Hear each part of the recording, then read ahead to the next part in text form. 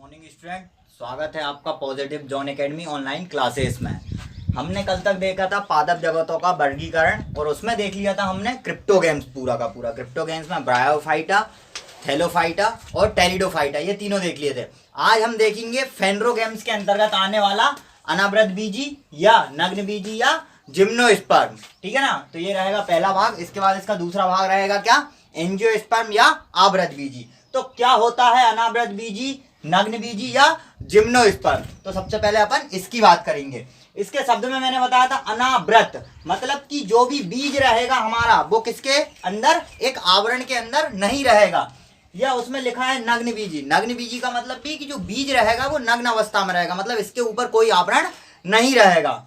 इसी को क्या कहते हैं, जिम्नोस्पर्म कहते हैं। अब हम जिम्नोस्पर्म की देखेंगे विशेषता, क्योंकि पेपर में इसकी विशेषताएं पूछता है कि क्या क्या जिम्नोस्पर्म की विशेषता है, या क्या इनमें से नग्न बीजी की विशेषता है, या क्या अनावृत बीजी की विशेषता है। तो मैंने बताया था कि जो क्रिप्टोगेम्स रहते हैं उनमें कोई भी फूल नहीं रहते हैं, उनके जड़ तना पत्तियां विभक्त नहीं रहती है। पर उसी का विपरीत क्या रहता है जिम्नोस्पर्म में, या बोले तो फेनरोगेम्स में रहता है। ये क्या रहते हैं, जड़ तना एवं पत्तियों में पूर्ण रूप से विकसित रहते हैं। उसके बाद इनमें संवहनी तंत्र, बोले तो जाइलम और फ्लोएम पूर्ण रूप से विकसित रहता है। उसके बाद यह वर्ग जीवाश्म वर्ग भी कहलाता है। अब ये जीवाश्म वर्ग क्यों कहलाता है, इसका क्या कारण है? तो आप लोगों ने सुना होगा साइकस, साइकस को लिविंग फॉसिल कहते हैं, बोले तो जीवित जीवाश्म कहते हैं। इसीलिए इस वर्ग को जीवाश्म वर्ग भी कहा जाता है। अब आप लोगों के लिए एक क्वेश्चन है कि जो हम साबूदाना खाते हैं, वो किस चीज से बनता है। ठीक है ना, ये आप लोगों के लिए क्वेश्चन है। उसके बाद सबसे बड़ा जिम्नोस्पर्म कौन सा है, सबसे बड़ा जिम्नोस्पर्म कौन सा है, ये भी आप लोगों के लिए क्वेश्चन है। ये आप लोगों के लिए क्वेश्चन है कि सबसे बड़ा जिम्नोस्पर्म कौन सा है। उसके बाद अगला है कि सबसे छोटा जिम्नोस्पर्म कौन है। तो सबसे छोटा जिम्नोस्पर्म जामिया पिग्मिया है। कौन है, जामिया पिग्मिया। सबसे छोटा जिम्नोस्पर्म क्या है, तो जामिया पिग्मिया है। अब हम करते हैं जिम्नोस्पर्म में कि जिम्नोलॉजी के जनक कौन है। जिम्नोलॉजी के जनक कौन है, तो जिम्नोलॉजी के जनक चैम्बरलेन है। कौन है, चैम्बरलेन। उसके बाद भारतीय जिम्नोलॉजी के जनक कौन है, कि जिसने भारत में जिम्नोलॉजी को बताया या जिसका प्रचार किया वो कौन है, तो भारत में जिम्नोलॉजी के जनक पीडी डोबरा है। कौन है, पीडी डोबरा। उसके बाद एक आता है कि जिम्नोलॉजी शब्द किसने दिया। जैसे बायोलॉजी शब्द लेमार्क और ट्रेविरेनस ने दिया, वैसे ही उसने पूछा है कि जिम्नोलॉजी शब्द किस वैज्ञानिक ने दिया। तो जिम्नोलॉजी शब्द हमारे जो बॉटनी के पिता या जनक कहलाते हैं उन्हीं ने दिया है, और जिम्नोलॉजी जो शब्द है वो किसने दिया। तो अब ये आपको बताना है कि बॉटनी के पिता कौन कहलाते हैं, तो उन्हीं ने दिया है ये जिम्नोलॉजी शब्द। तो ये हो गया हमारा किसके बारे में, अनावृत बीजी के बारे में सारी चीजें, कि इसकी क्या विशेषता होती है, कैसी विशेषता होती है। अब हम देखेंगे इसके एग्जाम्पल और कुछ मोस्ट इंपॉर्टेंट फैक्ट या मोस्ट इंपॉर्टेंट क्वेश्चन बोल सकते हैं। किसके बारे में, तो जिम्नोस्पर्म के बारे में। ठीक है स्टूडेंट, अब जिम्नोस्पर्म के बारे में दो तीन चीजें और देखेंगे और इसके अपन एग्जाम्पल्स देखेंगे कि जिम्नोस्पर्म में सर्वाधिक परागण किसके द्वारा होता है। तो जिम्नोस्पर्म में सर्वाधिक परागण होता है वायु के द्वारा। किसके द्वारा होता है, वायु के द्वारा। उसके बाद है कि जिम्नोस्पर्म में बहुभ्रूणीयता, बोले तो पॉलीएम्ब्रियोनी पाई जाती है। बहुभ्रूणीयता का मतलब होता है कि जो इनमें प्रजनन की क्षमता रहती है वो बहुभ्रूण के द्वारा होती है, मतलब बहुत सारे भ्रूण के द्वारा होती है। इसीलिए इसको क्या कहते हैं, बहुभ्रूणीयता सर्वाधिक किसमें पाई जाती है, तो जिम्नोस्पर्म में पाई जाती है। इसके एग्जांपल्स क्या क्या है, तो सागोपाल्म। सागोपाल्म आप लोगों ने सबने देखा होगा, भोपाल गए होंगे डीवी सिटी मॉल के बाहर, जो अपने छिंदी के पेड़ रहते हैं ना, छींदे के पेड़, उसके समान वो पेड़ लगे रहते हैं, उन्हीं को बोलते हैं सागोपाल्म। ये क्या होते हैं, सजावटी वृक्ष होते हैं। कौन, सागोपाल्म। तो ये इसके एग्जाम्पल्स है। वो ऐसा पूछ सकता है कि इनमें से कौन सा जिम्नोस्पर्म नहीं है, या इनमें से कौन सा जिम्नोस्पर्म का उदाहरण है। उसके बाद cycas, ginkgo, Pinus, pine, sequoia और जामिया पिग्मिया, ये सारे के सारे किसके उदाहरण है, जिम्नोस्पर्म के उदाहरण है। उसके बाद आप लोगों के लिए एक क्वेश्चन है कि अंडमान निकोबार द्वीप की जनजाति किस पौधे को भोजन के रूप में उपयोग करती है। कहाँ की, अंडमान निकोबार की जनजाति किस पौधे को भोजन के रूप में उपयोग करती है। तो ये हो गया हमारा सारा का सारा जिम्नोस्पर्म के बारे में सारी चीजें। हमने सारी चीजें देख ली है कि क्या इसकी विशेषताएं होती है, क्या इसके उदाहरण हैं। अगर उसने उदाहरण पूछ लिया तो हम बता सकते हैं। अभी ये क्वेश्चन आया था कि सबसे बड़ा एंजियोस्पर्मिक पौधा कौन सा है, सबसे बड़ा एंजियोस्पर्मिक पौधा कौन सा है। तो अब हम इसके बाद किसकी बात करेंगे, एंजियोस्पर्म की बात करेंगे। ये हमारा सारा का सारा जिम्नोस्पर्म कंप्लीट हो गया, इसके उदाहरण कंप्लीट हो गए, ठीक है। अब हम बात करेंगे किसकी, तो एंजियोस्पर्म की। अब आवृतबीजी की बात करेंगे कि आवृतबीजी या पुष्पी पौधे या एंजियोस्पर्म क्या होते हैं। तो आवृतबीजी जैसे अभी मैंने बताया कि ये पूर्ण विकसित होते हैं, कौन, तो जिम्नोस्पर्म। तो जिम्नोस्पर्म की तरह ही हमारा जो एंजियोस्पर्म है यह भी क्या होता है, पूर्ण विकसित होता है। बोले तो यह पादप जगत का सबसे विकसित समूह है। उसके बाद यह भी पूर्ण विकसित संवहनी तंत्र पाया जाता है। जैसे जिम्नोस्पर्म में पाया जा रहा था जाइलम और फ्लोएम पूर्ण विकसित, वैसे इसमें भी क्या पाया जाता है, जाइलम और फ्लोएम पूर्ण विकसित रूप में पाया जाता है। इनके बीज आवरण युक्त होते हैं, इनके बीज पर आवरण होता है, इसीलिए इसको क्या कहते हैं, आवृत बीजी कहते हैं। बोले तो जो हमारा फल है, जो हमारा फल है उसके अंदर बीज रहते हैं। जैसे आप लोगों ने आम देखा होगा, आप लोगों ने आम के अलावा बबूल की जो फल्ली रहती है उसके अंदर देखा होगा। ये सारे के सारे क्या रहते हैं, एक आवरण के अंदर ढके हुए रहते हैं, ठीक है ना। तो इसीलिए इसको हम क्या कहते हैं, आवृत बीजी भी कहते हैं। इसीलिए इसका क्या बोल रहा है कि इनके बीज आवरण के युक्त होते हैं। कई बार क्वेश्चन पूछ लेता है कि इनमें से किसके बीज आवरण के अंदर रहते हैं। ऑप्शन में देता है एंजियोस्पर्म, जिम्नोस्पर्म, टेरिडोफाइटा और ब्रायोफाइटा। तो किसके होते हैं, एंजियोस्पर्म के। अगर वो ऐसा नॉर्मल लिख के देगा आवृत बीजी, तो इसमें तो कोई भी स्टूडेंट समझ सकता, पर वो इंग्लिश में लिख कर देता है कि किसके, एंजियोस्पर्म के या जिम्नोस्पर्म के।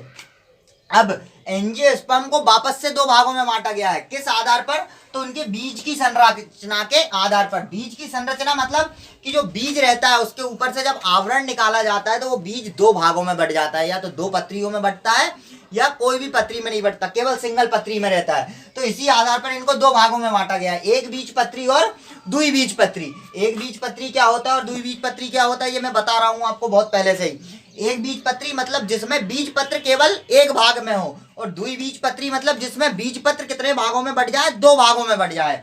जैसे एक बीज पत्री के हम उदाहरण देखते हैं तो गेहूं, ज्वार, बाजरा, मक्का, जई, जौ, ये सारे के सारे, बांस, गन्ना, ये सब किसमें आते हैं, एक बीज पत्री के उदाहरण है। ये क्वेश्चन पूछता है पेपर में कि इनमें से कौन सा डाइकॉट है, इनमें से कौन सा मोनोकॉट है। तो क्या क्या बताया मैंने, गेहूं, गन्ना, बांस, जौ, जई, मक्का, ज्वार, बाजरा, ये सारे के सारे किसके अंतर्गत आते हैं, एक बीज पत्री के अंतर्गत आते हैं। उसके बाद द्विबीज पत्री के अंतर्गत कौन कौन आते हैं, तो अधिकांश जो दलहनी फसलें हैं वो द्विबीज पत्री के अंतर्गत आती है। अधिकांश तिलहनी फसलें हैं वो किसके अंतर्गत आती है, द्विबीज पत्री के अंतर्गत आती है। उसके बाद अधिकांश जो खट्टे फल है वो भी किसके अंतर्गत आते हैं, द्विबीज पत्री के अंतर्गत आते हैं। अब बोलोगे द्विबीज पत्री के अंतर्गत कैसे आएंगे, तो आप नींबू को कभी निकालना, उनके बीजे को, और बीजे के ऊपर भी एक आवरण रहता है, उस बीजे के आवरण को जब निकालोगे आप लोग तो उसमें से भी आपको पत्र में बटे हुए दिखेंगे ये सारी की सारी चीजें, ठीक है ना। तो ये द्विबीज पत्री के अंतर्गत आते हैं। अब इससे और अगर हम डीप में जाने की सोचें, मतलब अगर वो ऐसा क्वेश्चन पूछ ले कि इनमें से कौन सा कुल एक बीज पत्री से संबंधित है या इनमें से कौन सा कुल द्विबीज पत्री से संबंधित है, तो लिलिएसी पहला कुल वो किससे संबंधित है, एक बीज पत्री से। लिलिएसी कुल में कौन कौन आते हैं, तो इसमें प्याज, लहसुन, ये चीजें आती है। अब इसको याद करने का तरीका कैसे है कि लिलिएसी कुल में कौन कौन सी चीजें आती है। तो आप लोगों ने देखा होगा जो कोल्ड स्टोरेज रहते हैं उसमें किसान अपना क्या करता है, प्याज भंडार करके रखता है, मतलब उसमें सुरक्षित रखता है। तो जो कोल्ड स्टोरेज रहते हैं उसमें क्या लगे रहते हैं, एसी लगे रहते हैं। क्या लगे रहते हैं, एसी लगे रहते हैं। और इस कुल का नाम भी क्या है, लिली एसी कुल। कौन सा कुल, लिली एसी कुल। तो आप इस चीज को याद रखकर या इसको तोड़कर अपन याद कर सकते हैं कि प्याज काय में रखता है किसान, तो एसी में रखता है। काय में रखता है, एसी में रखता है। तो इसलिए इस कुल को क्या कहते हैं, लिली एसी कुल। उसके बाद जो गेहूं है हमारा वो किस कुल में आता है, तो ग्रेमिनी कुल में आता है। किस में आता है, ग्रेमिनी कुल में आता है। या जितने भी अधिकांश एक बीज पत्री रहते हैं वो सारे के सारे किस में आते हैं, ग्रेमिनी कुल में आते हैं। इस तरीके से क्वेश्चन पूछ सकता है। अब मैंने बोला था कि द्विबीज पत्री में अधिकांश दलहनी फसलें, तिलहनी फसलें आती है। तो जो दलहनी फसलें हैं वो किस कुल से संबंधित है, ये अगर पूछे तो किस कुल से संबंधित है? लिग्यूमिनोसी कुल से संबंधित है। किस कुल से संबंधित है? लिग्यूमिनोसी कुल से। अब देखो लास्ट में क्या आ रहा है? लिग्यूमिनोसी। तो हमने बोला है कि हमको हिंदी पढ़ना नहीं आता, ये नोसी नहीं लिखा है, क्या लिखा है? मौसी लिखा है। क्या लिखा है? मौसी। तो दाल कौन बनाती है? मौसी बनाती है। कौन बनाती है? मौसी बनाती है। तो इस तरीके से हम इसको याद कर सकते हैं। अधिकांश तिलहनी फसलें, तो अधिकांश तिलहनी फसलें किस कुल से संबंधित है? तो क्रूसीफेरी कुल से संबंधित है। कौन सी कुल से? क्रूसीफेरी कुल से संबंधित है अधिकांश तिलहनी फसलें। तो ये हमारा कंप्लीट हो गया आवृतबीजी। अब हमने पूरा का पूरा देख लिया है पादप जगत का वर्गीकरण। पादप जगत के अंतर्गत कौन कौन आता है, कैसे आते हैं, क्या उनके उदाहरण है, शैवाल देखा हमने, सारी चीजें देखी। अब पादप जगत के वर्गीकरण के बाद हम पढ़ेंगे पादप ऊतक। पादप ऊतक से सबसे ज्यादा क्वेश्चन पूछे गए इस बार के ग्रुप डी के पेपर में। और अगर आप एमपी पुलिस का पेपर सेट उठा के देखोगे 2017 का, 2016 का, तो उसमें भी सबसे ज्यादा अगर क्वेश्चन पूछे गए हैं तो हमारे पादप ऊतक से पूछे गए हैं। अब हम पादप ऊतक के बारे में देखेंगे कि पादप ऊतक क्या होते हैं, कितने प्रकार के होते हैं, इन्हें कितने भागों में बांटा गया है, किस पादप ऊतक का क्या काम है। अब आप सोच रहे होंगे कि मैंने ऊतक की बात करी डायरेक्ट, ना आप लोगों को कोशिका पढ़ाई, ना कुछ पढ़ाया, और उसके बाद मैं डायरेक्ट ऊतक के लिए आ गया हूं। तो देखो स्टूडेंट, मैं ऊतक पे इसलिए आया हूं डायरेक्ट क्योंकि अपन पढ़ रहे हैं डायरेक्ट बॉटनी। अपन ने जीव विज्ञान में जंतु विज्ञान से पढ़ना स्टार्ट नहीं किया, और वो इसलिए भी नहीं किया है क्योंकि उसका सिलेबस होता है बहुत बड़ा और ये सिलेबस है छोटा। ये मेरा मुश्किल से 6 या 7 क्लास लगेगी, आपका पूरा का पूरा बॉटनी कंप्लीट हो जाएगा। और इस तरीके से कंप्लीट होगा कि आप कभी सोच भी नहीं सकते थे कि ऐसे ऐसे क्वेश्चन भी आते हैं। और ये क्वेश्चन मैं बकायदा अपनी वीडियोस में ग्रुप डी के जो क्वेश्चन थे वो वीडियोस में डालूंगा हमेशा। मतलब ऐसे डालूंगा कि उसका क्वेश्चन को स्क्रीनशॉट लूंगा ग्रुप डी के पेपर का। आप लोगों को पता है कि किस प्रकार से अपनी आंसर शीट आती थी या ऑब्जेक्शन शीट आती थी, उसमें बकायदा लिखा रहता है। और उसी प्रकार से मैं अपने क्वेश्चन भी डालूंगा कि ये देखो ये क्वेश्चन आया था ग्रुप डी के पेपर में। और आप यकीन मानोगे उस दिन कि हाँ माँ साहब सही पढ़ा रहे थे, या जो चीजें आती है बस वही पढ़ा रहे थे, फालतू की चीजें नहीं कि इधर का भी पढ़ लो, उधर का भी पढ़ लो, ये भी रट लो और वो भी रट लो। अब वो काम नहीं बचा है, पेपर वो रटने वाली चीजें नहीं पूछ रहा है, हमको समझने वाली चीजें पूछ रहा है सारी की सारी। तो हमने पूरा एक फ्लो डायग्राम से सारी चीजें समझ ली थी कि पादप जगत का वर्गीकरण किस प्रकार से किया गया है। तो ये हमारा पादप जगत का वर्गीकरण कंप्लीट हो गया। अब हम पढ़ेंगे पादप ऊतक। जी अच्छी लगे आप। अब हम बात करेंगे पादप ऊतक की। तो पादप ऊतक क्या होते हैं? तो सबसे पहले हम ऊतक के लिए कोई भी चीज, जैसे कि हमारा मानव शरीर है, मानव शरीर किससे मिलकर बना है? तो सबसे चीज अगर छोटी चीज की बात करेंगे या मुख्य चीज की बात करेंगे या संरचनात्मक इकाई की बात करेंगे हमारे शरीर की, मानव के शरीर की, तो वो क्या है? कोशिका है। वैसे ही किसके साथ है? पादपों के साथ है। कि पादपों की भी सबसे जो छोटी इकाई है वो क्या है? कोशिका है। अब पादप कोशिका अलग होती है और जंतु कोशिका अलग होती है। अब वो कैसे अलग होती है, क्या अलग होती है, इसकी बात अपन जंतु विज्ञान जब पढ़ना स्टार्ट करेंगे उसमें करेंगे। पर यहाँ पे मैं थोड़ा सा आपको उसके बारे में बता देता हूँ कि ये क्या चीजें होती हैं। जैसे मानव शरीर, जैसे ये अंग बने हुए हैं, ये किससे मिलकर बना है? ये पूरी की पूरी बॉडी अंगों से मिलकर बनी है। अंग किसके मिलकर बने हैं? तो अंग ऊतकों से मिलकर बने हैं। और ऊतक किससे मिलकर बने हैं? तो ऊतकों का निर्माण होता है कोशिकाओं से मिलकर। तो वैसे ही पादपों के साथ है कि पादप ऊतक किससे बने हैं? तो पादप ऊतक भी जो बने हुए हैं वो किससे मिलकर बने हैं? कोशिकाओं से मिलकर बने हैं। छोटी छोटी कोशिकाओं, बोले तो सेल्स से मिलकर बने हैं। ये सेल्स के आधार पर ही पादप ऊतक को 2 भागों में बांटा गया है। सेल्स बोले तो कोशिकाओं के आधार पर ही पादप ऊतक को 2 भागों में बांटा गया है। कौन कौन से भाग है? विभाज्योतिकी ऊतक और स्थायी ऊतक। ये विभाज्योतिकी ऊतक और स्थायी ऊतक क्या होते हैं, अपन इनकी बात करेंगे। ये कितने प्रकार के होते हैं, क्या होते हैं? तो विभाज्योतिकी ऊतक को इंग्लिश में भी याद कर लेना स्टूडेंट। क्यों याद कर लेना? क्योंकि ग्रुप डी के पेपर ने बकायदा इनकी इंग्लिश पूछी है, हिंदी नहीं पूछी है कि क्या है विभाज्योतिकी। अब विभाज्योतिकी ऊतक अगर वो बोल देगा, लिख कर देगा कि विभाज्योतिकी ऊतक ये होता है, तो कोई भी स्टूडेंट लगा देगा टिक। कैसे? कि पादपों में विभाजन का काम कौन सा ऊतक करता है, और ऑप्शन में लिखा रहेगा आपके विभाज्योतिकी ऊतक। तो कोई भी स्टूडेंट रहेगा, आर्ट भी पढ़ा भी होगा, तो वो लगा देगा कि विभाज्योतिकी ऊतक। क्यों? क्योंकि उसके समझ में ही आ रहा है कि विभाजन का काम विभाज्योतिकी ऊतक करेगा।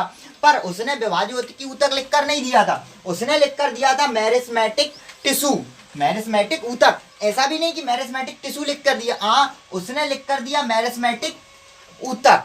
वैसे ही हम बात करेंगे कि ये विभाज्योतिकी ऊतक क्या होता है। तो जो हमारे पादप रहते हैं इनकी जो कोशिकाएं रहती है, नई कोशिकाएं रहती है, तो वो नई कोशिकाएं क्या बनाती है, विभाज्य ऊतकी ऊतक बनाती है। बाद में जो नई कोशिकाएं क्या करती है, हमारी स्थायी ऊतक का निर्माण करती है। इनका विभाजन होते जाता है और ये एक अवस्था के बाद, या बोले तो ये बाल्य अवस्था जो रहती है कोशिकाओं की, वो विभाज्य ऊतकी ऊतक है।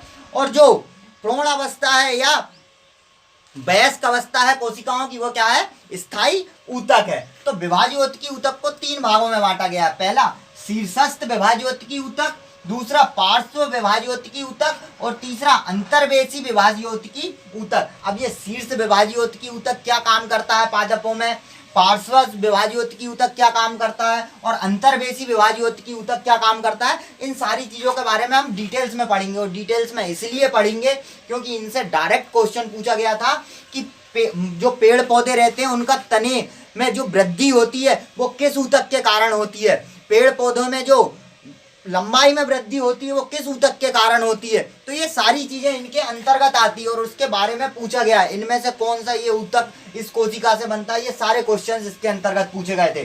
तो शीर्षस्थ विभाज्य ऊतकी ऊतक को इंग्लिश में क्या कहते हैं, एलिकल मेरिस्मेटिक टिश्यू। उसके बाद पार्श्वस्थ विभाज्य ऊतकी ऊतक को क्या कहते हैं, लेटरल मेरिस्मेटिक टिश्यू। और अंतर्वेशी को क्या कहते हैं, इंटरकैलरी विभाज्य ऊतकी ऊतक। वैसे ही अब हमारा आता है स्थायी ऊतक। स्थायी ऊतक को वापस से 2 भागों में बांटा गया है। पहला सरल स्थायी ऊतक और दूसरा जटिल स्थायी ऊतक। सरल स्थायी ऊतक को पुनः 3 भागों में बांटा गया है, मृदु ऊतक, स्थूल कोण ऊतक और दृढ़ ऊतक। जो ग्रुप डी में सबसे ज्यादा क्वेश्चन आए हैं वो इस ऊतक से आए हैं, सरल स्थायी ऊतक से। और उसके बाद जो क्वेश्चन आए हैं वो जटिल स्थायी ऊतक से आए हैं। तो आप लोगों ने जटिल स्थायी ऊतक का तो बहुत नाम सुना होगा, जाइलम और फ्लोएम। जाइलम को इंग्लिश में बोलते हैं दारू।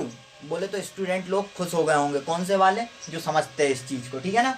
और उसके बाद फ्लोएम, फ्लोएम को क्या बोलते हैं, बास्ट बोलते हैं। क्या बोलते हैं इसको, बास्ट बोलते हैं। ये जाइलम और फ्लोएम भी कितने प्रकार के तंतुओं से मिलकर बने होते हैं, ये तक क्वेश्चन पूछा गया है ग्रुप डी के अंतर्गत। तो ये भी मैं बताऊंगा कि कितने प्रकार के तंतुओं से मिलकर बने हैं या कितने प्रकार के तत्वों से मिलकर बने होते हैं। तो जो जाइलम है ये 4 प्रकार के मिलकर बना है और जो फ्लोएम है ये भी 4 प्रकार के से बना है। कैसे बना है, तो जो जाइलम है ये 4 प्रकार, इसमें आता है जाइलम फाइबर, जाइलम तंतु, उसके बाद जाइलम, जाइलम ऊतक 2, उसके बाद वाहिकाएं आती है। इसके अंतर्गत क्या आती है, वाहिकाएं आती है जिनको ट्रैकिड्स बोलते हैं, और बेसल्स, वाहिनियां आती है। ये 4 प्रकार का हो गया। वैसे ही फ्लोएम भी। अब जाइलम और फ्लोएम के क्या काम है आप लोगों को सबको पता होगा। जाइलम क्या करता है, पेड़ पौधे में जल का परिवहन करता है। जाइलम क्या करता है, पेड़ पौधे में जल का परिवहन करता है। और फ्लोएम क्या करता है, जो भोज्य पदार्थ रहता है, जो भोजन बनाता है पौधा, उसका परिवहन करता है। क्या कर रहा है, बार बार मैं बोल रहा हूं, परिवहन करता है। तो जो जटिल स्थायी ऊतक है जाइलम और फ्लोएम, इनको परिवहन ऊतक भी बोलते हैं। पेपर में बकायदा क्वेश्चन आया था एमपी पुलिस में कि जाइलम और फ्लोएम को कहते हैं, क्या कहते हैं इन दोनों को, परिवहन ऊतक या परिसंचरण ऊतक भी कहते हैं। ये क्या करते हैं, एक जगह से दूसरी जगह पर चीजों को लेकर जाते हैं।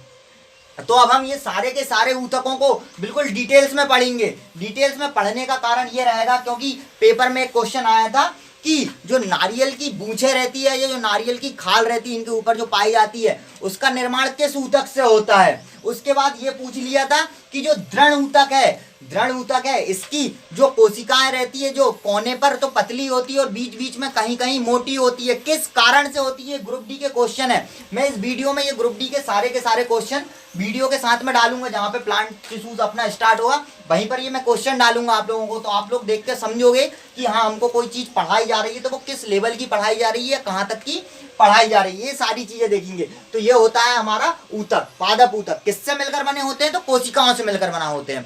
कोशिकाओं के आधार पर ही इनको कितने भागों में बांटा है, तो 2 भागों में बांटा है, विभाज्य ऊतकी ऊतक और स्थायी ऊतक। विभाज्य ऊतकी ऊतक कितने प्रकार के होते हैं, तो 3 प्रकार के होते हैं, शीर्षस्थ विभाज्य ऊतकी ऊतक, पार्श्वस्थ विभाज्य ऊतकी ऊतक और अंतर्वेशी विभाज्य ऊतकी ऊतक। फिर स्थायी ऊतक कितने प्रकार के, 2 प्रकार के, सरल स्थायी ऊतक और जटिल स्थायी ऊतक। सरल स्थायी ऊतक के अंतर्गत आता है मृदु ऊतक, इसको क्या बोलते हैं, कोलेन कायमा बोलते हैं, एयरन कायमा भी बोलते हैं, क्लोरोकायमा भी बोलते हैं। क्यों बोलते हैं, किस कारण बोलते हैं, जब मैं मृदु ऊतक पढ़ाऊंगा तो उसके साथ में बताऊंगा क्यों बोलते हैं इसको क्लोरेन कायमा और कोलेन कायमा। स्थूल कोण ऊतक, दृढ़ ऊतक को स्क्लेरेन कायमा बोलते हैं। फ्लोएम और जाइलम, ये इनके कार्य सारी चीजें हम विस्तार पूर्वक पढ़ेंगे। तो ये हमारा हो गया प्लांट टिश्यू, ये कंप्लीट हो गया हमारा प्लांट टिश्यू। अब ऊतक की परिभाषा देखेंगे, ऊतक के अध्ययन को क्या कहते हैं और ऊतक शब्द का सर्वप्रथम प्रयोग किसने किया था इसके बारे में जानेंगे हम। तो समान उत्पत्ति तथा समान कार्यों को संपादित करने वाली कोशिकाओं का समूह क्या कहलाता है? ऊतक कहलाता है। क्या कहलाता है? ऊतक कहलाता है। जैसे हमारे शरीर में समान कोशिकाओं से हाथ बना होगा, समान कोशिकाओं से पैर बना होगा, तो वही समान कोशिकाओं और समान उत्पत्ति जो कार्यों को संपादित करते हैं उन्हें ही क्या कहते हैं? ऊतक। और यही ऊतकों से मिलकर क्या बना है? हमारे अंग बने हैं। तो ठीक है, वैसे ही पादपों के साथ होता है कि समान उत्पत्ति तथा समान कार्यों को संपादित करने वाली कोशिकाओं का समूह क्या कहलाता है? ऊतक कहलाता है। अब उसके बाद आता है, कई बार पेपरों में पूछा जाता है कि ऊतक के अध्ययन को क्या कहते हैं? तो ऊतक के अध्ययन को औत्की कहते हैं, औत्की विज्ञान, औत्की विज्ञान या ऊतक विज्ञान या इंग्लिश में हिस्टोलॉजी, या इंग्लिश में क्या कहते हैं इसको? हिस्टोलॉजी। ज्यादातर देता है ये शब्द हिस्टोलॉजी, कि ऊतक के अध्ययन को क्या कहते हैं? हिस्टोलॉजी कहते हैं। उसके बाद क्वेश्चन है कि ऊतक शब्द का सर्वप्रथम प्रयोग किसने किया था? तो ऊतक शब्द का सर्वप्रथम प्रयोग किया था बिचट ने। ऊतक शब्द का सर्वप्रथम प्रयोग किसने किया था? बिचट ने किया था। तो ये ऊतक के बारे में कुछ इंपॉर्टेंट पॉइंट हो गए, और ऊतक कितने प्रकार के होते हैं उनकी कोशिकाओं के आधार पर वो देखा है हमने। अब हम इसके अंतर्गत जो विभाज्योतकी ऊतक है वो कैसे काम करता है, क्या काम करता है, इसके बारे में देखेंगे, और सारा का सारा हम डिटेल्स में देखेंगे। भले आपको ऐसा लगे कि सर बहुत ज्यादा डिटेल्स में पढ़ा रहे हैं, ऐसे क्वेश्चन नहीं आएंगे या कुछ भी, तो मैं आपसे गारंटी लेकर बता रहा हूं, इस वीडियो में मैं आपको सारे के सारे क्वेश्चन डालूंगा कि ये ग्रुप डी में क्वेश्चन पूछे गए थे, ऐसे क्वेश्चन पूछे गए थे, उनके स्क्रीनशॉट डालूंगा। तो ठीक है, अब हम ऊतक के बारे में डिटेल्स में पढ़ेंगे कि विभाज्योतकी ऊतक क्या होता है, ये कितने प्रकार का होता है। तो जो जितने प्रकार का होता है उसके प्रकारों को भी हम डिटेल्स में अध्ययन करेंगे। अब विभाज्योतकी ऊतक के बारे में हम बात करेंगे। बोले तो मेरिस्मेटिक टिश्यू, मेरिस्मेटिक टिश्यू क्या होता है, कैसे बनता है, या क्या चीज है?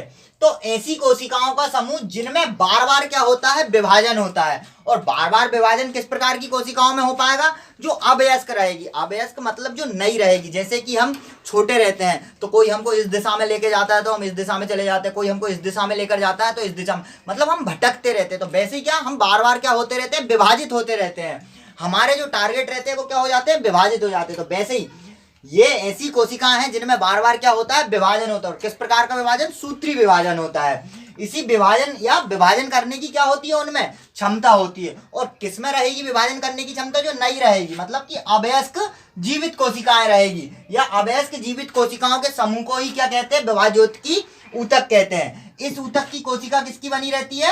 सेल्यूलोज की बनी रहती है। किसकी बनी रहती है इस ऊतक की कोशिकाएं? सेल्यूलोज की बनी रहती है। अब मैंने बताया था कि विभाज्योतकी ऊतक वापस से कितने प्रकार के होते हैं? 3 प्रकार के होते हैं। तो स्थिति के आधार पर विभाज्योतकी ऊतक कितने प्रकार के होते हैं? 3 प्रकार के होते हैं। पहला शीर्षस्थ, बोले तो एलिकल विभाज्योतकी ऊतक। दूसरा पार्श्वस्थ, बोले तो लैट्रिकल विभाज्योतकी ऊतक। और तीसरा अंतर्वेशी, बोले तो इनर कार्ली विभाज्योतकी ऊतक। तो इसके बारे में अब हम बात करेंगे शीर्षस्थ विभाज्योतकी ऊतक, कि शीर्षस्थ विभाज्योतकी ऊतक क्या होता है। तो ऐसा ऊतक जो पेड़ पौधे में किसकी वृद्धि करे? शीर्ष की वृद्धि करे, या शीर्ष में स्थिति के आधार पर कहां पाया जाए? शीर्ष में पाया जाए। तो ऐसे ऊतक को क्या कहते हैं हम? शीर्षस्थ विभाज्योतकी ऊतक। उसके बाद आता है पार्श्वस्थ विभाज्योतकी ऊतक। तो ऐसा ऊतक जो पेड़ के तने की जो मोटाई रहती है उसमें वृद्धि करे, और नीचे जड़ों के साथ में ऐसी सारी वृद्धि करे, तो उसको क्या कहते हैं? पार्श्वस्थ। या इसका काम क्या होता है?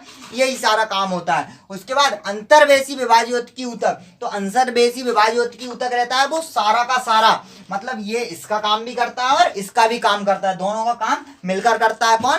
अंतर्वेशी विभाज्योतकी ऊतक। तो ये हो गया हमारा क्या? विभाज्योतकी ऊतक। अब हम शीर्षस्थ विभाज्योतकी ऊतक के बारे में देखेंगे, उसके बारे में सारी चीजें लिखेंगे। अब मैं ये लिखने का काम पहले इसलिए कर देता हूं क्योंकि अपना समय बर्बाद ना हो कि बार बार उस चीज को मैं लिखता रहूं। तो आप इस चीज को ध्यान दीजिए कि हमको नोट्स भी बनाना है और जो चीज मैं बोलता हूं या लिखता नहीं हूं उसको भी समझ लेना कि हाँ क्या चीज बोलना चाह रहे हैं और जो हमारे नोट्स के लिए इंपॉर्टेंट रहेगी। तो अब हम बात करेंगे शीर्षस्थ, विभाज्योतिकी, ऊतक की।